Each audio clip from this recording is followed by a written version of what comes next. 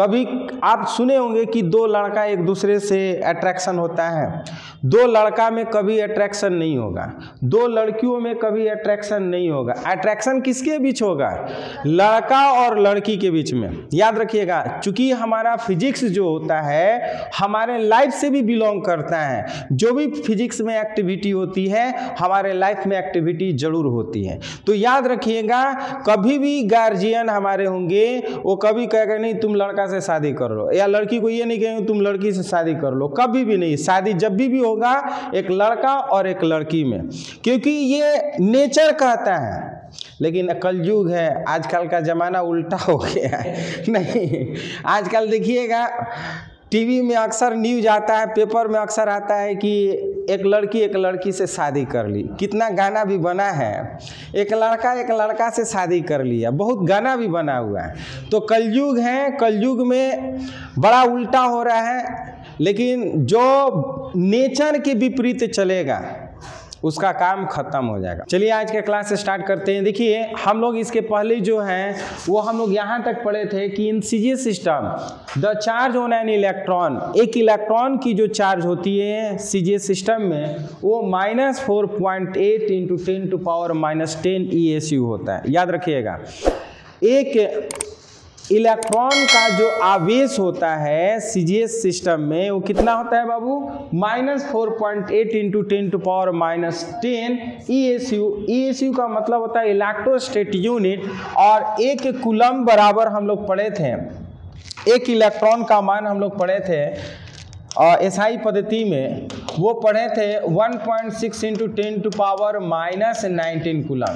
ध्यान से समझिए, एसआई पद्धति में एक इलेक्ट्रॉन का मान होता है 1.6 × 10⁻⁻19 कूलम, और सीजीएस पद्धति में एक इलेक्ट्रॉन का मान होता है -4.8 × 10⁻⁻10 ESU।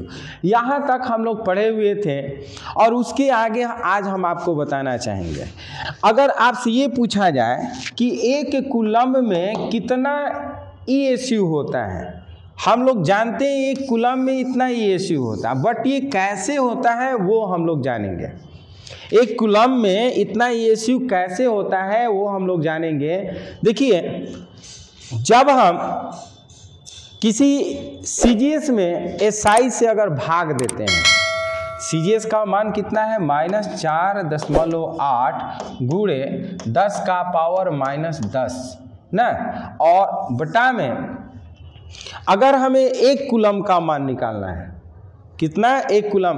तो हम एक इलेक्ट्रॉन से अगर इसमें डिवाइड करते हैं, इलेक्ट्रॉन का मतलब होता है ऋणात्मक आवेश, और ऋणात्मक आवेश अगर 1.6 × 10⁻⁻19 से भाग कर देते हैं ना, क्या करते हैं?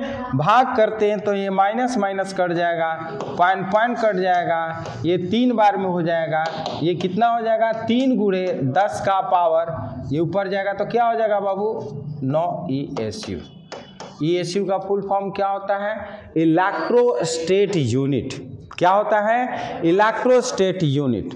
तो एक कूलम में कितना इलेक्ट्रोस्टेट यूनिट होता है? तो 3 × 10⁻9 होता है। वो कैसे होता है? जब सीजीएस में ना एसआई से अगर भाग करते हैं तो हमारा ये मिल जाता है। और देखिए, एक EMU बराबर होता है 10 कूलम। EMU का मतलब होता है इलेक्ट्रोमैग्नेटिक यूनिट। EMU का मतलब क्या होता है बाबू? इलेक्ट्रोमैग्नेटिक यूनिट ना। जब हम एक कूलम एक EMU की बात करते हैं, अगर एक EMU की बात करते हैं, एक इलेक्ट्रोमैग्नेटिक यूनिट की बात करते हैं, तो इसका मान होता है 10 कूलम। अगर एक कूलम बराबर कितना EMU होगा तो ये बटा में आएगा, तो 10⁻⁻1 क्या हो जाएगा? EMU। तो याद रखिएगा, एक कूलम्ब में कितना ईएमयू होता है, तो 10 का पावर -1 ईएमयू। ईएमयू का मतलब होता है इलेक्ट्रोमैग्नेटिक यूनिट। और एक ईएमयू में कितना कूलम्ब होता है, तो कहेंगे कि 10 कूलम्ब होता है। ठीक है, इसको नोट कर लीजिए, 2 लाइन जहाँ से कल नोट किए थे उसके आगे नोट कर लीजिए। लिख लिए बाबू। चलिए अब हम लोग नोट की बात करते हैं। ये बहुत इम्पोर्टेंट था क्योंकि ऑब्जेक्टिव में पूछा जाता है, न्यूमेरिकल में पूछे जाते हैं, तो हम लोग इसका यूज करते हैं। लिख लिए। अब हम लोग बात करते हैं, ये तो आप लोग कर लिए, इसको ऐसे भी हम लोग लिख सकते हैं कि 1 इलेक्ट्रोमैग्नेटिक यूनिट बराबर होता है 10 कूलम्ब, या 1 कूलम्ब बराबर होता है 10 का पावर -1 ईएमयू। ईएमयू का मतलब इलेक्ट्रोमैग्नेटिक यूनिट।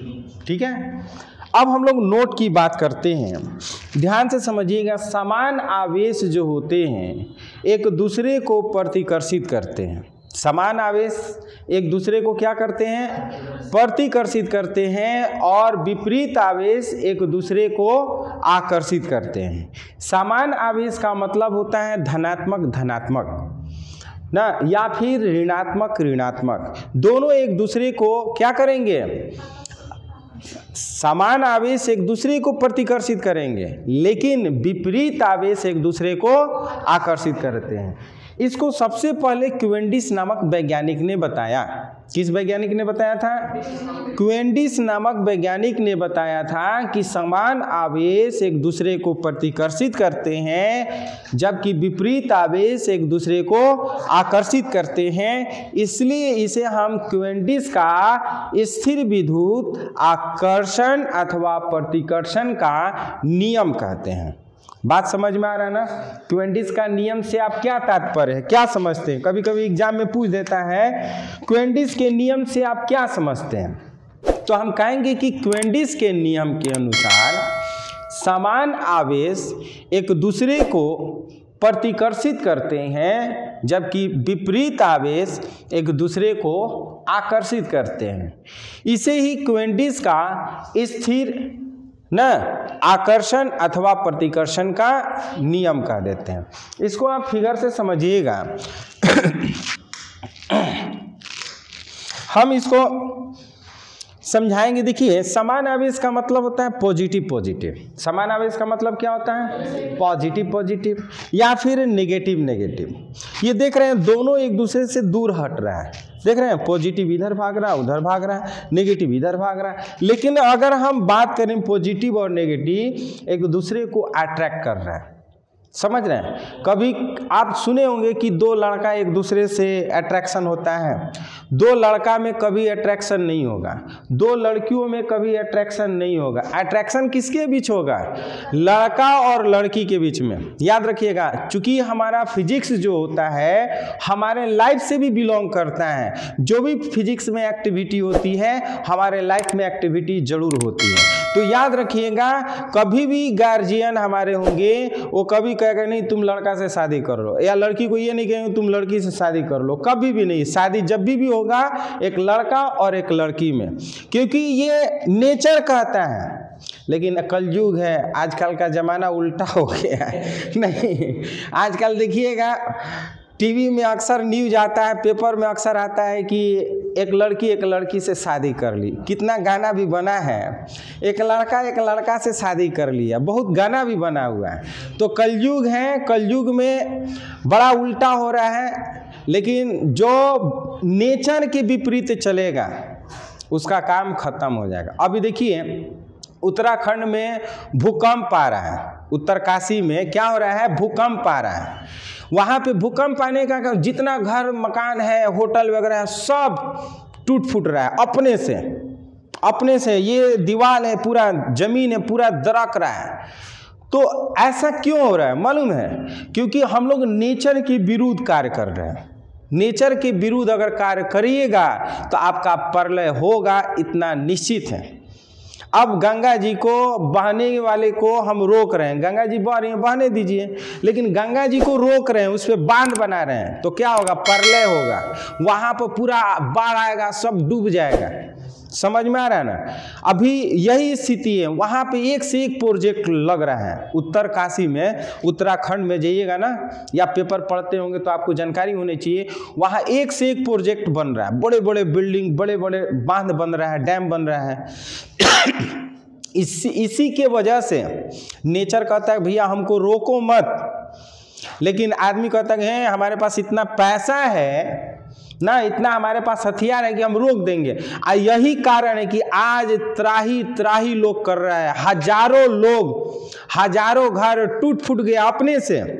वहां से सरकार करेगी देखिए अब हटिए, नहीं तो आप लोग डूब करके अंदर चले जाइएगा, धरती में समा जाइएगा। यही सही है, इसीलिए नेचर के विरुद्ध हम लोग को काम नहीं करना है। तो ये देखिए, ये फिजिक्स का ये कथन है कि जो समान आवेश होते हैं एक दूसरे को प्रतिकर्षित करते हैं और विपरीत आवेश एक दूसरे को क्या करते हैं, आकर्षित करते हैं। इसको सबसे पहले क्वेंडिस ने ही बताया था, इसीलिए क्वेंडिस का स्थिर विद्युत आकर्षण अथवा प्रतिकर्षण का नियम कहते हैं। कभी कभी 2 नंबर में पूछ देता है क्वेंडिस का नियम किसे कहते हैं, तो कहेंगे समान आवेश एक दूसरे को प्रतिकर्षित करते हैं जबकि विपरीत आवेश एक दूसरे को आकर्षित करते हैं। इसे ही क्वेंडिस का स्थिर विद्युत आकर्षण अथवा प्रतिकर्षण का नियम कहते हैं। बात समझ में आ रहा है? चलिए इसको आप नोट कर लीजिए,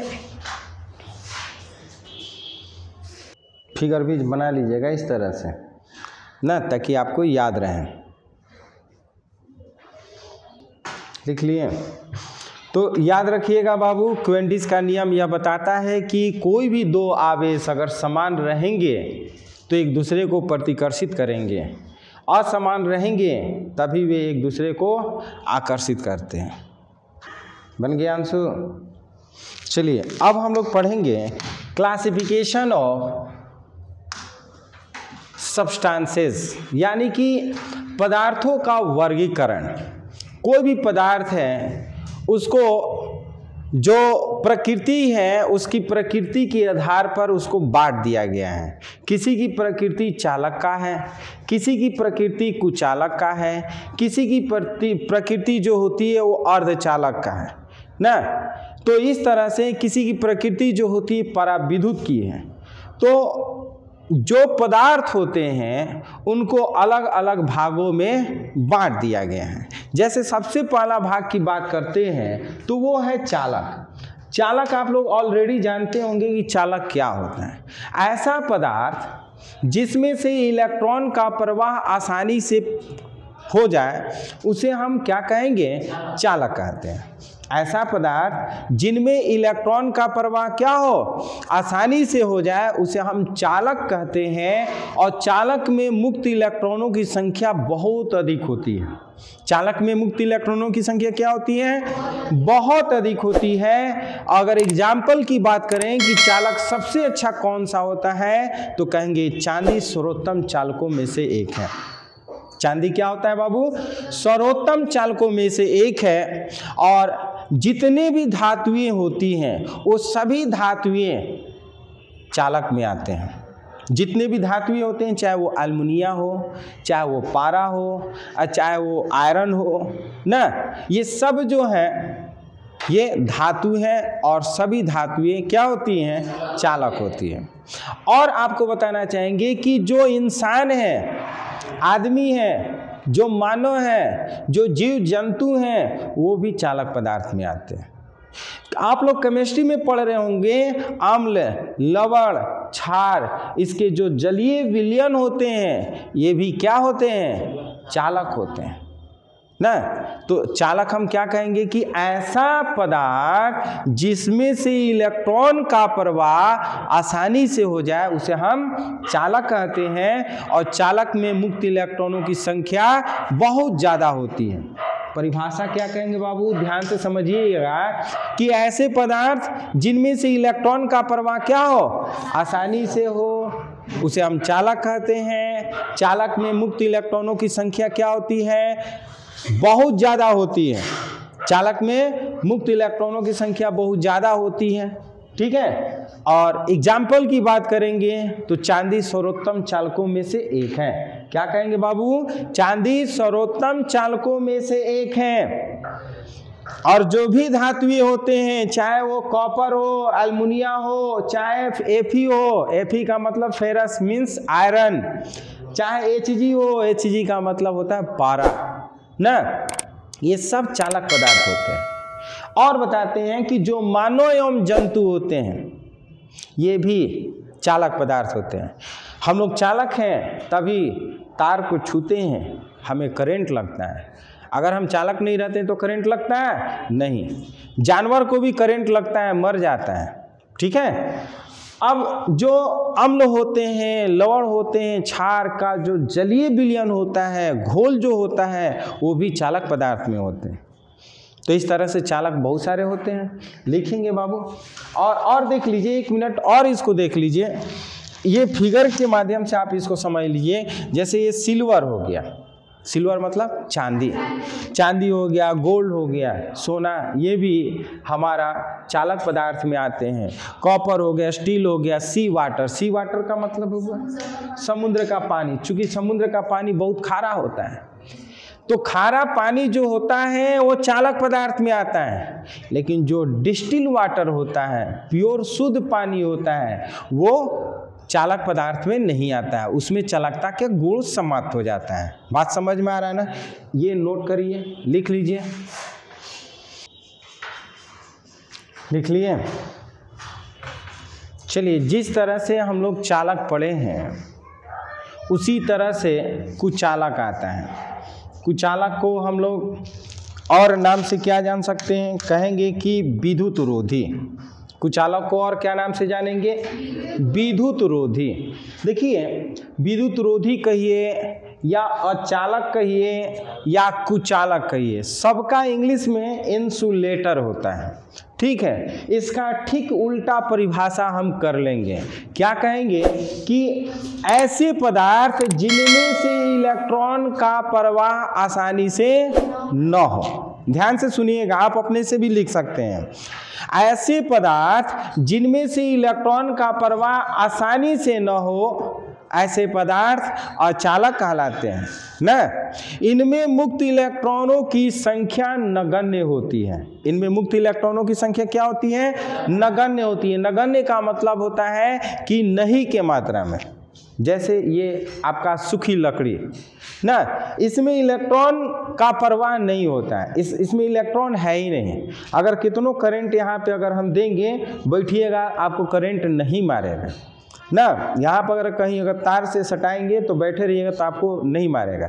तो कहेंगे क्या कि ऐसे पदार्थ जिनमें से इलेक्ट्रॉन का प्रवाह आसानी से नहीं होता है, ऐसे पदार्थ को हम अचालक पदार्थ कहते हैं, विद्युत रोधी पदार्थ कहते हैं, कुचालक पदार्थ कहते हैं। ऐसे पदार्थ में इलेक्ट्रॉन्स मुक्त रूप से नहीं पाए जाते हैं। एग्जाम्पल के रूप में हम कह सकते हैं रबड़ है, ग्लास है, ऑयल है, डायमंड है, ड्राईवुड।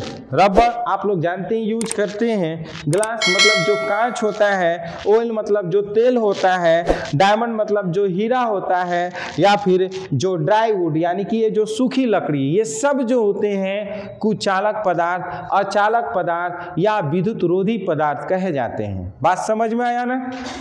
तो परिभाषा हम क्या कहेंगे? परिभाषा को हम ऐसे भी दे सकते हैं, अगर इसका उल्टा अगर नहीं लिखिएगा तो कहेंगे क्या? वे पदार्थ जिनमें से मुक्त इलेक्ट्रॉनों की संख्या नगण्य होती है ना, एवं जिनमें से विद्युत धारा का प्रवाह नहीं होता है, ऐसे पदार्थ को हम क्या कहते हैं? विद्युत रोधी या अचालक या फिर कुचालक कहेंगे। एग्जाम्पल के रूप में अगर हमको लिखना होगा तो हम कहेंगे बेकेलाइट, गंधक, या फिर हम कहेंगे कि रबड़, ग्लास, ऑयल, कुछ भी लिख सकते हैं जिसमें से जो इलेक्ट्रॉन का प्रवाह नहीं होता। बात समझ में आया? नोट कर लीजिए बाबू, एग्जाम्पल लिख लिए, हो गया? कोई दिक्कत? कोई भी डाउट होता है तो ज़रूर पूछिए, आपके हर डाउट को क्लियर हम करेंगे।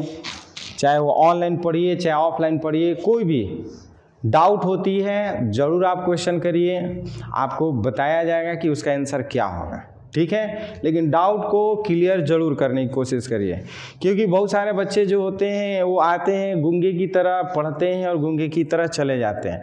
जो बच्चा बोलना नहीं सीखेगा क्लास में, पूछना नहीं सीखेगा वो लाइफ में सक्सेस नहीं करेगा।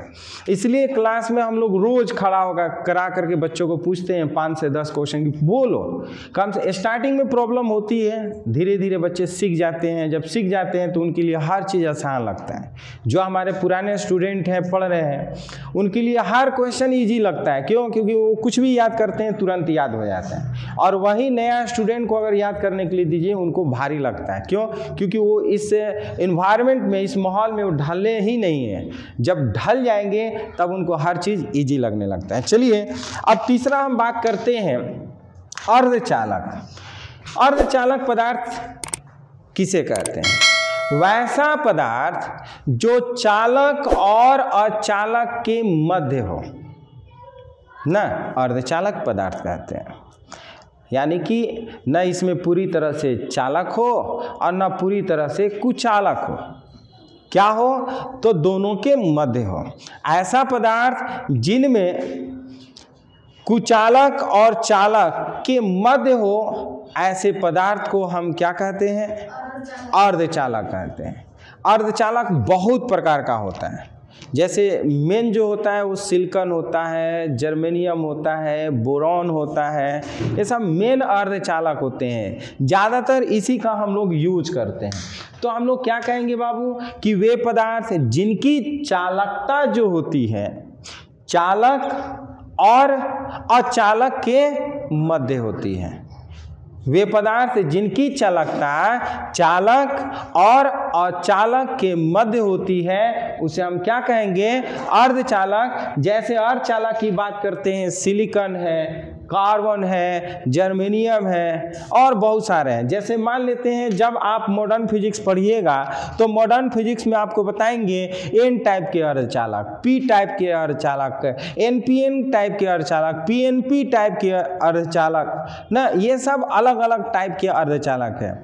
ये अर्धचालक जो है हम लोगों को पढ़ना है मॉडर्न फिजिक्स में, बहुत इंपॉर्टेंट है। और एक चीज़ आपको बता दे रहे हैं कि आज के डेट में जितने भी इलेक्ट्रॉनिक सामान बनते हैं वो हर जगह अर्धचालक का यूज होता है। बिना सेमीकंडक्टर का कोई भी इलेक्ट्रॉनिक्स उपकरण बनने वाला नहीं है। याद रखिएगा, मोबाइल से लेकर के fridge, cooler, AC, 2 wheeler 4 wheeler जितने भी हैं, सारा इलेक्ट्रॉनिक्स उपकरण में कहीं ना कहीं हम लोग अर्धचालक का प्रयोग करते हैं। बिना सेमीकंडक्टर का वो इंस्ट्रूमेंट बन ही नहीं पाएगा। इसलिए ये सेप्टेनियम है, मतलब ये है बोरोन है, इसके आसपास जो होते हैं सिलिकॉन होते हैं, ये सब जो होते हैं अर्धचालक।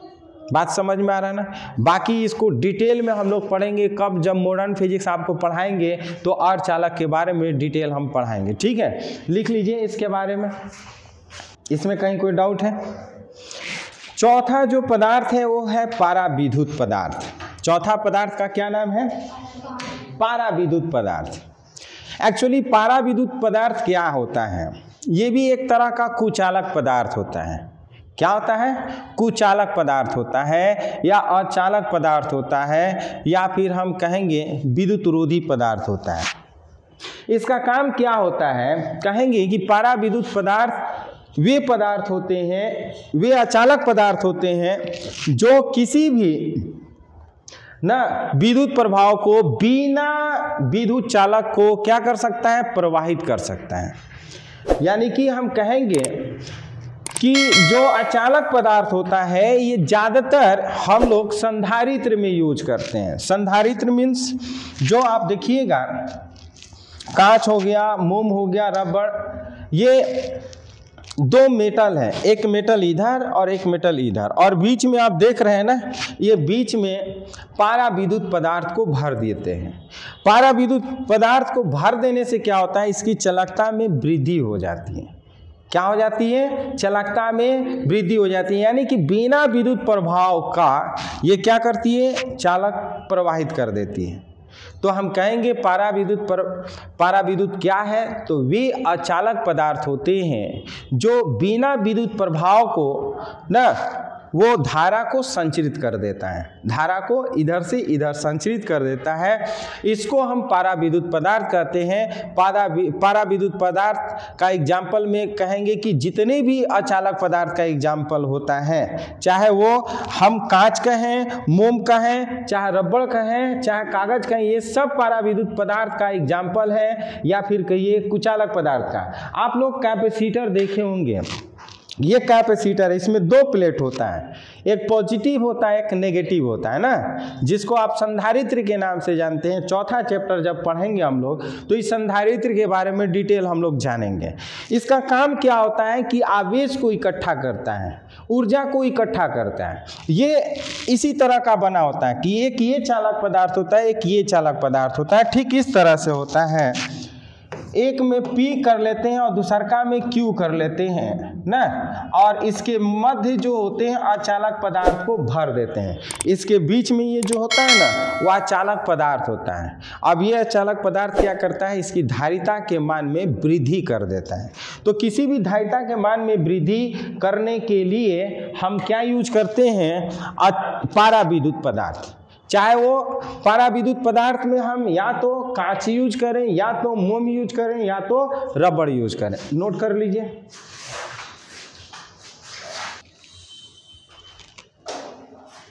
देखिए स्पेशल नोट की बात करते हैं, ये नोट हमेशा काम करेगा। नोट में ध्यान से समझिएगा कि कोई भी पदार्थ जो होता है धनावेशित होने का मतलब क्या होता है। कोई भी वस्तु अगर धनावेशित है या कोई भी वस्तु ऋणावेशित है, इसका मतलब क्या हुआ। देखिए जब हम किसी को कुछ देते हैं तो हम बोलते हैं कि आई एम रिचेस्ट पर्सन, हम धनी आदमी हैं। और जब आप कोई भी चीज़ लेते हैं किसी के थ्रू तो आप कहते हैं कि हम गरीब हैं। गरीब आदमी हमेशा क्या करता है, मांगने की कोशिश करता है, धनी आदमी हमेशा देता है। तो जो देता है वो धनात्मक और जो लेता है वो ऋणात्मक होता है। तो ध्यान से समझिएगा, धनात्मक कहने का मतलब यह है कि हम जब आपको कुछ देते हैं तो हमारे पास इलेक्ट्रॉन की कमी होती है।